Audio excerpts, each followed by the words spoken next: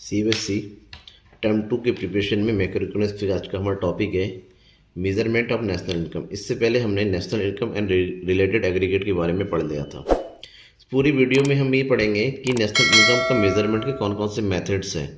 Basically national income measurement करने के 3 method है, value added method, income method and expenditure method. आज की इस वीडियो में इन तीनों को डिटेल से पढ़ेंगे कि किस तरह से नेशनल इनकम कैलकुलेट होता है।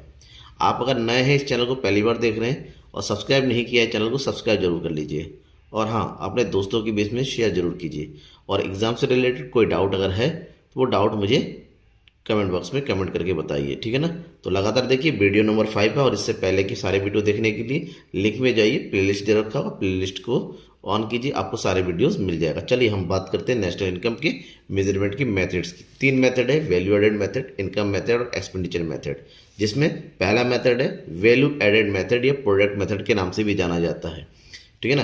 किसी भी प्रोडक्ट की वैल्यू या फिर उस वैल्यू का जो वैल्यू एडेड होता है उसकी वैल्यू कैलकुलेट करते हुए हम किस तरीके से नेशनल इनकम कैलकुलेट करते हैं। The money value of goods and services produce in an economy is computed in this method. इस मेथड में, वैल्यू एडेड मेथड में, ये प्रोडक्ट मेथड में क्या किया जाता है, किसी भी इकोनॉमी में जो गुड्स एंड सर्विसेज का प्रोडक्शन होता है उस इकोनॉमी में, उसकी वैल्यू को टोटल किया जाता है। उसके बाद हम आगे चल के नेशनल इनकम कैलकुलेट करते हैं। यहाँ पर 2 मेथड होता है, फाइनल प्रोडक्ट मेथड या वैल्यू एडेड मेथड।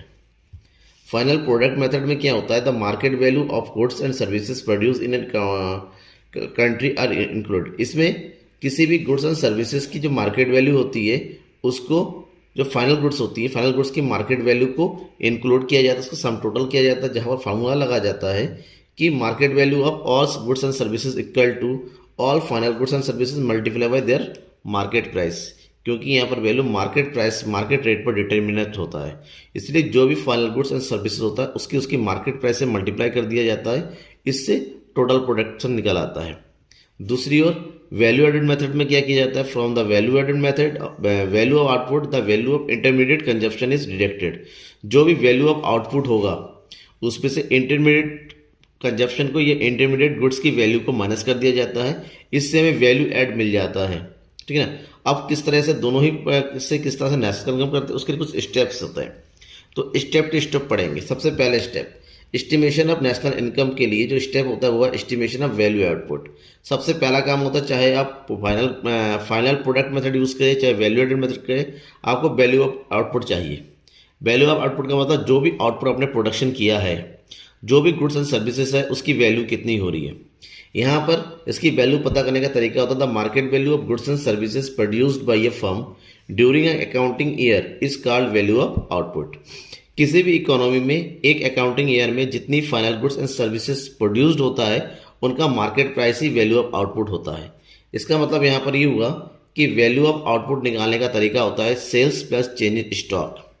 आपने साल भर में कितना सेल कर दिया और उसके बाद आपके पास कितना स्टॉक रह गया, चेंज इन स्टॉक, इन दोनों का सम टोटल होता है वैल्यू ऑफ आउटपुट। जहाँ पर चेंज इन स्टॉक का मतलब होता है closing stock minus opening stock, ठीक है, वैल्यू ऑफ आउटपुट निकल आएगा। और दूसरी तरफ वैल्यू ऑफ आउटपुट निकालने का दूसरा तरीका है कि आप यहाँ पर क्या करेंगे, सारे जो सेक्टर होते हैं, प्राइमरी सेक्टर, सेकेंडरी सेक्टर और टर्सरी सेक्टर का टोटल प्रोडक्शन को ऐड कर लेंगे, ठीक है ना। दूसरा मेथड है, उसका दूसरा स्टेप है वैल्यू एडेड निकालना, कि जो भी हम वैल्यू आउटपुट निकालते हैं उससे वैल्यू ऐड, मान लो वैल्यू एडेड जो है आपने वैल्यू आउटपुट 800 है, तो क्या एक्चुअली में इससे वैल्यू ऐड जो होता है, जो इनकम है वो 800 का होगा? नहीं, क्योंकि जो भी प्रोडक्शन आपने प्रोडक्ट किया है उसके लिए आप बीच में इंटरमीडिएट गुड्स का यूज़ ज़रूर हुआ है, यानी कि इसको बनाने के लिए जो खर्चे हुए हैं, जो लागत है, इंटरमीडिएट गुड्स की जो कॉस्ट है उसको लेस कर दिया जाता है, दैट मीन्स वैल्यू एडेड बोलते हैं। तो वैल्यू एडेड निकालने का फॉर्मूला था value added equal to value of output. जो भी गुड्स की बात करें उसकी टोटल वैल्यू, उसमें से उसकी इंटरमीडिएट कंजप्शन को माइनस कर दिया जाता है, जिसको हम raw material cost of raw material भी बोल सकते हैं। तो रॉ मटेरियल की कॉस्ट को माइनस कर देते हैं, इससे हमें वैल्यू एडेड शॉर्टकट में बोलते हैं VA। और इसके नेक्स्ट स्टेप में होता है ग्रॉस वैल्यू एडेड निकालना, और यही ग्रॉस वैल्यू एडेड को हम GDP-MP बोलेंगे, यानी कि gross domestic product eight market price. इसके लिए अलग अलग सेक्टर के वैल्यू एडेड को हम ऐड कर देते हैं। तो 3 सेक्टर होते हैं, तीनों सेक्टर के वैल्यू एडेड, प्राइमरी सेक्टर के वैल्यू एडेड को, सेकेंडरी सेक्टर के वैल्यू एडेड को और टर्सरी सेक्टर के वैल्यू एडेड को सम टोटल करेंगे, जो सम टोटल होगा उसको बोलेंगे ग्रॉस वैल्यू एडेड, और यही होता है हमारा gross value added at market price, that is GDP MP. और जब हमारे पास जीडीपी एमपी आ जाता है, कि जीबी ग्रॉस वैल्यू एडेड आ जाता है, उससे हम निकालते हैं नेशनल इनकम। नेशनल इनकम को शॉर्टकट में बोलते हैं एनएनपीएफसी। एनएनपीएफसी निकालने के लिए gross domestic product market price से हम डेप्रिसिएशन को माइनस कर देंगे, जिससे ग्रॉस जो है नेट में कंप्लीट हो जाता है। एनआईटी यानी कि नेट इनडायरेक्ट टैक्स को माइनस करते हैं, जिससे एमपी जो है एफसी में कन्वर्ट हो जाता है। और लास्ट में net factor income from abroad add करते थे, जिससे डी जो है एन में कंप्लीट हो जाता है, कि नेशनल में कंप्लीट हो जाता है। दैट मीन्स जीडीपी से नेशनल इनकम कैलकुलेट करने के लिए डेप्रिसिएशन को माइनस करना पड़ता है, नेट इनडायरेक्ट टैक्स को माइनस करना पड़ता है, और विदेशों से जो भी इनकम होती है that means net factor from abroad, ठीक है ना, उसको प्लस कर देते हैं। तो ये हो गया आपका value added method. Second important method है वो है इनकम मेथड। इनकम मेथड में किस तरह से नेशनल इनकम कैलकुलेट किया जाता है ध्यान में रखना। सिंपल मेथड है, ये छोटा मेथड होता है। The national income is measured in term of factor payments, that is wages, rent, interest and profit during a accounting year.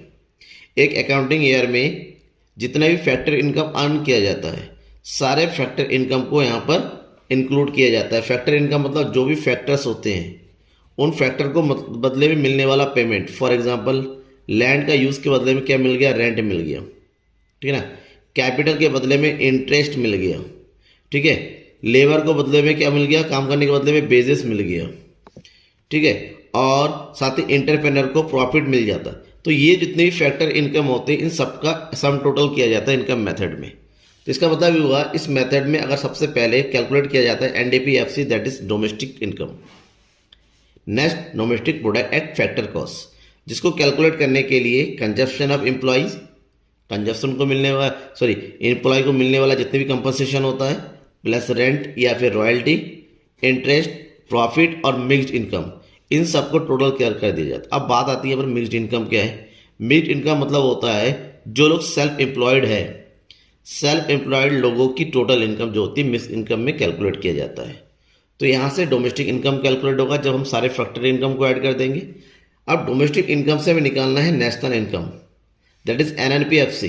तो एनएनपीएफसी निकालने के लिए आपको एनडीपीएफसी में केवल for net factor income from abroad, that is NFIA add करना पड़ेगा, ठीक है ना। कुछ पॉइंट्स है जिसको ध्यान में रखना इस मेथड में, जैसे कंपनसेशन ऑफ एम्प्लॉयज, जिसमें इंक्लूड होता है बेजेस, सैलरीज जो भी कैश में मिलता है, ठीक है ना। पेमेंट ऑफ काइंड, घर मिल गया, आने जाने का भाड़ा मिल गया, ठीक है, गाड़ी मिल गई, ये सब कुछ पेमेंट काइंड में आता है। ये सब उनकी इनकम होती है, किनकी, वर्कर्स की।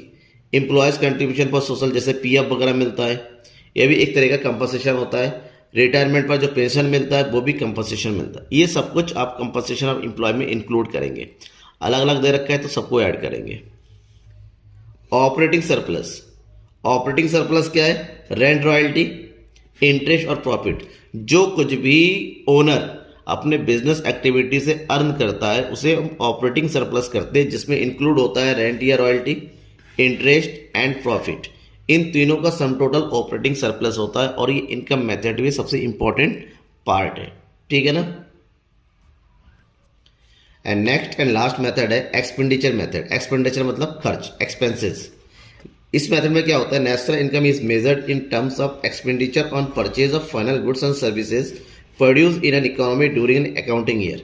एक अकाउंटिंग ईयर में किसी भी कंट्री के जो सिटीजन्स है वो गुड्स एंड सर्विसेज को परचेज करने के लिए जो भी एक्सपेंडिचर किया जाता है एक अकाउंटिंग ईयर में, उन सारे एक्सपेंडिचर का सम टोटल होता है, और सम टोटल करने के बाद फिर नेशनल इनकम कैलकुलेट होता है।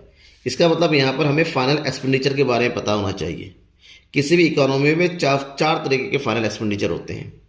प्राइवेट फाइनल कंजप्शन एक्सपेंडिचर, जिसको सी से डिनोट किया जाता है। Government final consumption, that is G. Investment expenditure, that is I. Final private मतलब हाउस होल्ड में खर्च होने वाला। गवर्नमेंट जो गवर्नमेंट खर्च करती है डेवलपमेंट वर्क के लिए। इन्वेस्टमेंट जो प्रोड्यूसर्स खर्च करते हैं प्रोडक्शन को बढ़ाने के लिए। और लास्ट है net export, that is export minus import, ठीक है ना। ये हो गया जितने भी एक्सपेंडिचर होता है। इन सारों एक्सपेंडिचर को ऐड कर देंगे तो हमें मिलेगा final expenditure, that is GDP MP. Means private final consumption plus government final consumption plus investment expenditure plus net export. इन चारों एक्सपेंडिचर को ऐड करेंगे तो मिलेगा जीडीपी एमपी, और GDP-MP से लास्ट में निकाला जाता है नेशनल इनकम NNP-F से। और NNP-F से निकालने के लिए हमें GDP-MP में से डेप्रिसिएशन को माइनस कर देते हैं, नेट इनडायरेक्ट टैक्सेस को माइनस कर देते हैं और net factor income from Everett को ऐड कर देते हैं, तो हमें नेशनल इनकम मिल जाता है। ठीक है ना। तो ये सारे मेथड्स है जिसका यूज़ हम कर सकते हैं, जो इम्पोर्टेंट है, आपके एग्जाम में पूछे जाते हैं। ठीक है। Thank you everyone.